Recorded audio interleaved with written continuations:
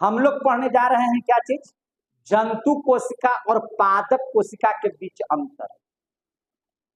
तो सबसे पहले बताइए, जंतु कोशिका जिसको हम लोग एनिमल सेल कहते हैं, क्या कहते हैं? Animal cell. ध्यान से समझिएगा, एनिमल सेल। और जिसको हम लोग पादप कोशिका कहते हैं उसको कहते हैं प्लांट सेल। क्या कहते हैं? Plant cell. देखिए, आपने जितना भी चीज पढ़ा उस सारे चीजों को हम यहाँ पे लिखने जा रहे हैं। बस आपको इसको बढ़िया से समझ लेना है तो आपका पादप कोशिका और जंतु कोशिका समझ। जंतु और पादप में, पेड़ पौधे और जंतु में बड़ा कौन होता है? पेड़ पौधा बड़ा होता है, तो उसका लार्ज होगा हर एक चीज, है कि नहीं? जैसे जंतु कोशिका स्मॉल होगा, छोटा होगा, है ना? और एनिमल सेल छोटा और प्लांट सेल बड़ा होगा। ये तो ऐसे भी जान रहे हैं आप, जान रहे हैं कि नहीं जान रहे हैं? तो सबसे पहले कोशिका की अगर चर्चा करें कि जंतु कोशिका, तो जंतु कोशिका कैसा होगा मेरे भाई? स्मॉल, ये तो पता है। और प्लांट सेल कैसा होगा मेरे भाई? तो लार्ज, बड़ा होगा। ये तो समझ में आ गई बात आप लोगों को। मैंने एनिमल सेल स्मॉल होगा, प्लांट सेल लार्ज। एक चीज शुरू में हम बताए थे कि एनिमल जो सेल होता है वह गोल होता है। सब तो गोले में हम बताए हैं। अरे भाई, माइटोकॉन्ड्रिया, गोल्जी का वैक्यूल सब किस में बताए हैं? गोल करके बताए हैं। तो इसका क्या होता है? एनिमल सेल कैसा होता है? गोल। ये कैसा होता है? चकोर। पढ़ाए थे सबसे फर्स्ट में, पढ़ाए थे ना कि गोल होता है, चकोर होता है। अब बताइए, वैक्यूल्स, पानी जंतु कोशिका में ज्यादा होगा कि पेड़ पौधे में ज्यादा होगा? तो वैक्यूल्स किसका बड़ा होगा? पेड़ पौधे का बड़ा होगा, है कि नहीं? वैक्यूल्स किसका बड़ा होगा? पेड़ पौधे का। और जंतु का वैक्यूल्स क्या होगा? छोटा। और इसका वैक्यूल्स क्या होगा? बड़ा। ये समझ में आ गया कि नहीं आया समझ में? एक बहुत इंपॉर्टेंट चीज बताए थे, कुछ बातों को हम लोग शुरू से लेके चलते हैं। जैसे झिल्ली, तो कोशिका झिल्ली, चाहे वो पादप कोशिका रहे चाहे जंतु कोशिका रहे, उसमें होगा ही होगा। होगा कि नहीं होगा? बोलिए। भित्ति दोनों में होगा ये जरूरी नहीं है। भित्ति की तब न जरूरत था जब झिल्ली कमजोर पड़ जाए, और कमजोर तब न पड़ जाता है जिसमें सामान ज्यादा रखा था। तो सामान ज्यादा किस में रखागा? जिसमें बड़े बड़े चीज रखाएंगे, यानी कि पादप कोशिका में भित्ति की जरूरत है। आ रहा है समझ में? तो याद रखिएगा, झिल्ली, तो झिल्ली को हम बीच में कर देते हैं जो दोनों में शामिल हो जाएगा। इसमें भी रहेगा और इसमें भी रहेगा। आ रहा है समझ में? इसके बाद आप माइटोकॉन्ड्रिया की बात कर लीजिए। तो माइटोकॉन्ड्रिया तो भाई कोशिका है, तो कोशिका को ऊर्जा की जरूरत है। ऊर्जा कौन बनाएगा? माइटोकॉन्ड्रिया ही ना बनाएगा। तो चाहे पादप कोशिका रहे चाहे जंतु कोशिका रहे, माइटोकॉन्ड्रिया तो दोनों को जरूरत है। बात समझ में आ रही है ना? माइटोकॉन्ड्रिया क्या काम करता है? श्वसन क्रिया कर करके यह ऊर्जा बनाता है। 38 एटीपी मिलकर के एक ग्लूकोज का निर्माण करते हैं, और ग्लूकोज क्या बनाता है? ऊर्जा। तो भाई कोशिका का जरूरत ऊर्जा के लिए है ना? और ऊर्जा किस चीज से बनेगा? माइटोकॉन्ड्रिया से। तो माइटोकॉन्ड्रिया तो चाहे पादप कोशिका रहे चाहे जंतु कोशिका रहे, दोनों को ऊर्जा की जरूरत है, दोनों में माइटोकॉन्ड्रिया रहेगा। क्लियर हो गया? अब जैसा देख लीजिए राइबोसोम, क्या देख लीजिएगा? राइबोसोम। तो भाई राइबोसोम प्रोटीन का निर्माण करता है कि नहीं करता है? और प्रोटीन की आवश्यकता दोनों को है कि नहीं है? तो जोर से बोलिए ना कि राइबोसोम की जरूरत दोनों को है कि नहीं है? तो राइबोसोम लिख दे तो कोई दिक्कत है?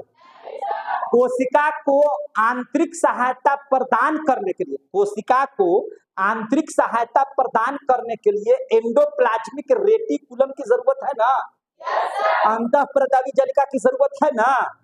तो कोशिका चाहे इसका हो इसका हो, कोशिकावा के लिए तो अंतःप्रदावी जालिका तो चाहबे ना कीजिए। आ रहा समझ में बात? तो एंडोप्लाज्मिक रेटिकुलम का काम है कोशिका को सहायता प्रदान करना। तो कोशिका तो चाहे पादप रह जाएगा चाहे जंतु रहेगा, उसको सहायता प्रदान करना है। आ गया समझ में? इसके बाद देखिए गोल्जी बॉडी। भैया ऊर्जा जब बनेगा तो उसका परिवहन तो होइबे करेगा।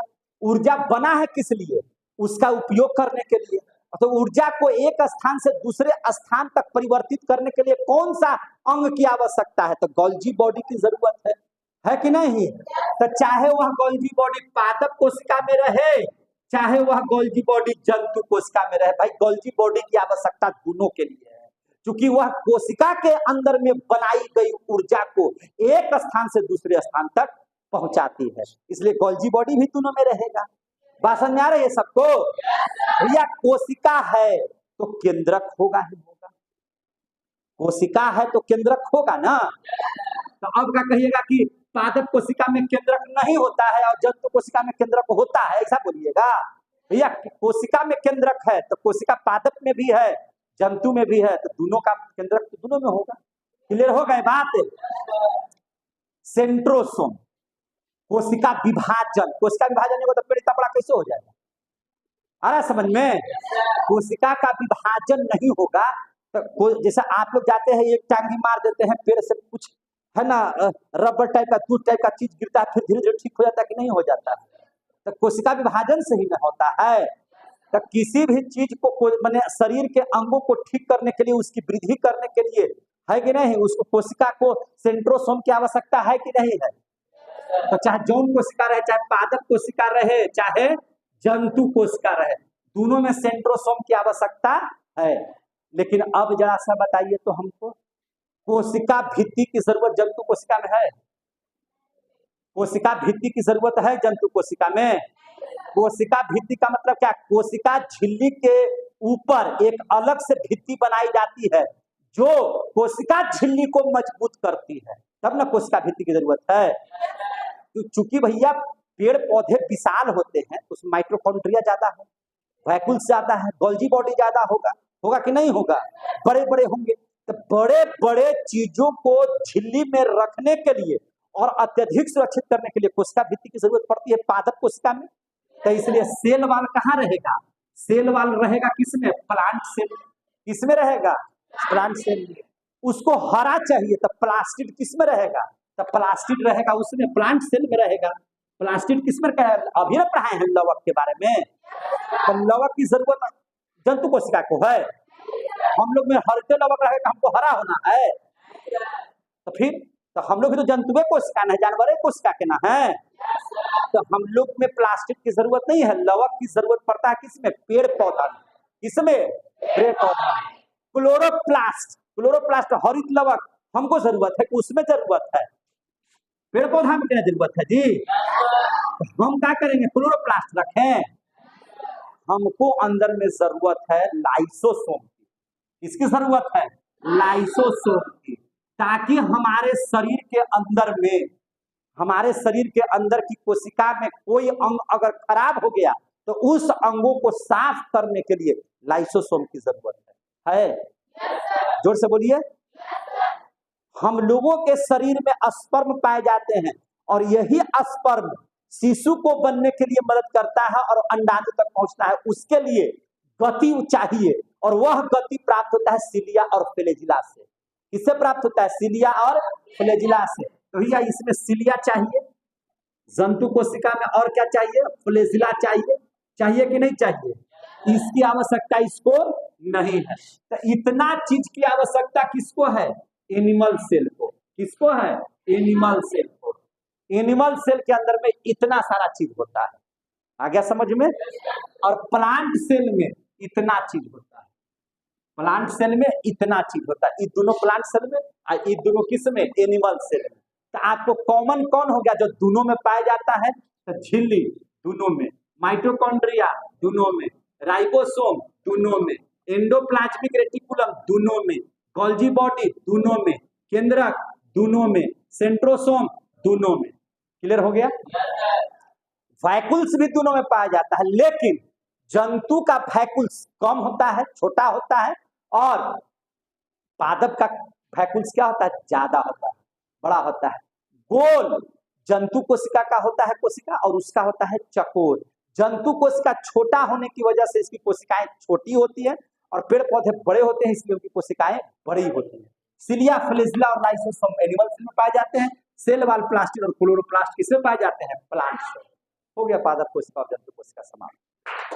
अभी रुक जाइए, पादप कोशिका और जंतु कोशिका क्या हो गए? समान। ये बात समझ में आ गई सबको? कहीं से कोई दिक्कत? अब चलिए सेल के प्रकार देखिए। तो अभी पढ़ाए थे आपको, हम उस समय बोले थे कि अंतिम हम इसको थोड़ा सा बताने का कोशिश करेंगे। बताए थे कि नहीं बताए थे? तो सेल के प्रकार में देखिए दो तरह का सेल है। एक को कहिए प्रोकैरियोटिक, हमने कहा था कि जिसको आप नंगी आंखों से न देख सके, जिसको देखने के लिए इलेक्ट्रॉन सूक्ष्मदर्शी यंत्र की आवश्यकता पड़े, ऐसे कोशिका प्रोकैरियोटिक होगा। और जिसको आप देख सकते हैं यूकैरियोटिक, जैसे आप हमको देख रहे हैं तो हम यूकैरियोटिक कोशिका, आप चींटी को देख रहे हैं तो यूकैरियोटिक कोशिका है ना, कैसा है? यूकैरियोटिक। क्लियर हो गया? तो ये हो गया क्या चीज? Prokaryotic, prokaryotic. और इधर क्या हो गया? Eukaryotic, eukaryotic. क्लियर हो गया? प्रोकैरियोटिक और यूकैरियोटिक।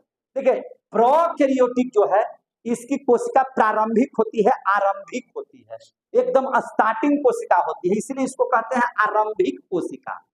स्टार्टिंग में जो कोशिका होती है उसको क्या कहते हैं? आरंभिक कोशिका, एकदम। और ये कोशिका चूंकि शुरुआत की होती है, इसलिए ये कोशिका शुरुआत होने की वजह से विकसित नहीं होती है। तो जो विकसित ना हो, अविकसित, जो विकसित ना हो क्या कहा गया? अविकसित। तो इसकी कोशिका क्या होती है? अविकसित। इसकी कोशिका कैसी होती है? अविकसित। और इस कोशिका में केवल मुख्य अंग होते हैं।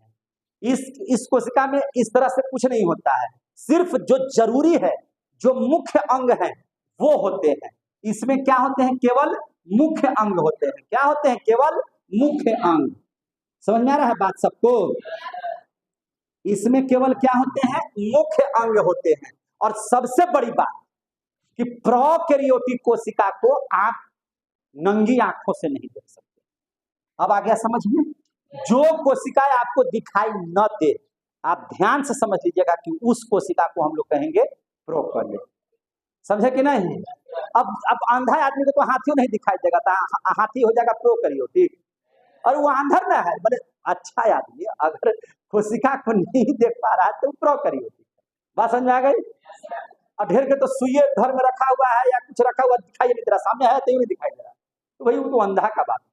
तो इसका सबसे मुख्य वजह समझ लीजिए कि नंगी आंखों से दिखाई नहीं देता है। नंगी आंखों से दिखाई न दे, नंगी आंखों से क्या बोलता है? बोलिए। नंगी आंखों से दिखाई न दे, वह क्या हो गया? प्रोकैरियोटिक। जैसे नील हरित शैवाल, एग्जाम्पल के तौर पर हम लोग क्या कर सकते हैं? नील हरित शैवाल है कि नहीं? नील हरित शैवाल की कौन सी कोशिका हो जाएगी इसमें? प्रोकैरियोटिक। क्या हो जाएगी? प्रोकैरियोटिक। अगर उसी हिसाब से प्रोकैरियोटिक कोशिका में हम एक चीज और लिख देते हैं कि यह कोशिका कैसी होती है? छोटी। कैसी होती है? कम छोटी। भाई जिसको देखबे नहीं करेगा तो छोटा ना रहेगा, छोटा रहेगा तभी ना उसको नहीं दिखाई देगा, बड़ा रहेगा तो दिखाई देवे करेगा। तो इसके हिसाब से इसमें आ जाइए यूकैरियोटिक में। तो ये जब छोटी है तो ये कैसा रहेगा? बड़ी। ये कैसी कोशिका हो जाएगी? बड़ी। सीधा सी बात है। ये आरंभिक कोशिका है, समझे कि नहीं? तो ये अविकसित है, आरंभिक होने की वजह से क्या है? अविकसित। तो ये अविकसित नहीं है, यूकैरियोटिक तो विकसित कोशिका है, तभी तो हम लोग इतना बड़ा दिखाई देते हैं। समझे कि नहीं? यह कैसी कोशिका है? विकसित। यह कैसी कोशिका है? विकसित। एक चीज और ध्यान दीजिएगा, एक चीज और ध्यान दीजिएगा, इसके केंद्रक जो होते हैं अविकसित जो होते हैं, इसके केंद्रक माने अविकसित है, और इसके केंद्रक के ऊपर में एक खोल होता है, जैसे न देखते हैं कवर पहनाया हुआ रहता है सुरक्षित करने के लिए। तो इसमें सीधा सा जानिए कि इसमें कोई खोल नहीं होता है, कोई खोल नहीं है। और चूंकि यह विकसित होता है इसलिए इसमें खोल होता है, इसमें खोल होता है, ढांचा अलग से होता है, खोल होता है। ये तो हम बाद में पढ़ा सकते थे, छोड़िए ना, इसको हम बाद में पढ़ा देते हैं, इसको अलग करके पढ़ा देते हैं। हटाइए इसको। सबसे पहले भाई अंतर समझ लीजिए, यह क्या है? अविकसित है, और ये क्या है? विकसित है। एक काम करें, अलग ही का पढ़ा देते, नहीं तो अलग ही पढ़ा देते हैं, ठीक है? देखिए कैसे से इधर हम कर देते हैं प्रोकैरियोटिक, क्या कर देते हैं? प्रोकैरियोटिक। और इधर कर देते हैं यूकैरियोटिक। अब यहीं पर हम तुलना कर देते हैं, प्रोकैरियोटिक छोटी, आई क्या होती है? बड़ी। क्लियर हो गया? समझ में आ गया बात है? इसमें केंद्रक क्या होते हैं? अविकसित। केंद्रक क्या होते हैं? अविकसित। और इसमें केंद्रक क्या होता है? विकसित। अविकसित की वजह से इसमें कोई खोल नहीं होता है। क्या होता है? कोई खोल नहीं है, कोई खोल नहीं है। इसमें खोल है, माने अलग से खोल है, माने कवर है। समझ में आ गया कि नहीं आ गया? अब देख लीजिए, इसका जो श्वसन होता है प्रोकैरियोटिक में, तो श्वसन जो होता है इसके अंदर में जीव द्रव्य से होता है। जो जीव का जो द्रव्य है ना, वह जीव द्रव्य के माध्यम से होता है। कैसे होता है? जीव द्रव्य से। लेकिन आपको हम बताए हैं कि हम लोगों के शरीर में जो कोशिका होती है उसमें श्वसन माइटोकॉन्ड्रिया के माध्यम से होती है। पढ़ाया है कि नहीं पढ़ाया है? अरे भाई, माइटोकॉन्ड्रिया श्वसन क्रिया करके जो हीमोग्लोबिन ऑक्सीजन को ले जाकर के पहुंचाता है माइटोकॉन्ड्रिया में, जहां एक साइकिल चलाता है जिसको हम लोग चैन रिएक्शन कहते हैं। क्रेब्स ने खोज किया था, तो क्रेब्स चक्र उसको कहते, याद है कि नहीं बात? तो यूकैरियोटिक जीव में श्वसन की क्रिया कैसे होती है? माइटोकॉन्ड्रिया से। श्वसन की क्रिया कैसे होती है? माइटोकॉन्ड्रिया से। याद रहेगा?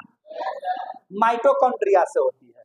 अब देखिए, इसका जो प्रोकैरियोटिक की जो भित्ति बनी हुई रहती है, याद रखिएगा, जो इसका, अब एक चीज और समझ लीजिए, दोनों में कॉमन कौन कौन सा चीज रहता है? तो कॉमन वाला चीज पढ़ लीजिए। जैसे डीएनए दोनों में होगा, जीव द्रव्य दोनों में होगा, है कि नहीं? कोशिका है तो जीव द्रव्य होगा, दोनों में क्या होंगे? जीव द्रव्य होंगे। अब देख लीजिए प्रकाश संश्लेषण क्रिया, तो प्रोकैरियोटिक कोशिका भी पेड़ पौधा, छोटे छोटे पेड़ पौधे हैं, और यूकैरियोटिक में भी पेड़ पौधा और जंतु दोनों आ जाते हैं। तो प्रकाश संश्लेषण दोनों में होगा, प्रकाश संश्लेषण की क्रिया दोनों में होगी, प्रकाश संश्लेषण की क्रिया दोनों में होगी। झिल्ली दोनों में होगा, झिल्ली किसमें होगा? दोनों में होगा। अब देख लीजिए भित्ति, या अब देख लीजिए सिलिया फ्लैजिला, तो सिलिया फ्लैजिला देखिए, इसमें भी तो छोटे, प्रोकैरियोटिक में भी तो छोटे जीव होंगे ना, और जब उसके अंदर में छोटे जीव अगर होंगे तो सिलिया फ्लैजिला होगा। और ये बड़े जीव जिसमें यूकैरियोटिक, हम लोग यूकैरियोटिक में आते हैं, तो यूकैरियोटिक में हम लोग आएंगे तो उसमें भी सिलिया फ्लैजिला होगा। बात समझ आ रही है ना? तो सिलिया फ्लैजिला किसमें होगा? दोनों में होगा। सिलिया एंड फ्लैजिला किसमें होगा? दोनों में होगा। लेकिन भित्ति जो होती है, आपको याद है कि कोशिका में जो भित्ति होती है, कोशिका भित्ति सेलुलोज की बनी होती है। पढ़ा है कि नहीं? कोशिका भित्ति किस चीज से बनी रहती है? सेलुलोज से। तो इधर यूकैरियोटिक का जो भित्ति होता है वह किससे बना रहता है? सेल्यूलोज से। जबकि इसमें जो प्रोकैरियोटिक में जो भित्ति बनती है, कोशिका के बाहर में जो है ना, छोटे छोटे पेड़ पौधे की भित्ति जो होती है, वह भित्ति जो होती है पेप्टिडोग्लाइकॉन की बनी रहती है। किसका बना रहता है? पेप्टिडोग्लाइकॉन का, पेप्टिडोग्लाइकॉन का, ग्लाइकॉन का बना हुआ रहता है। अब समझ में आया? पेप्टिडोग्लाइकॉन का बना रहता है।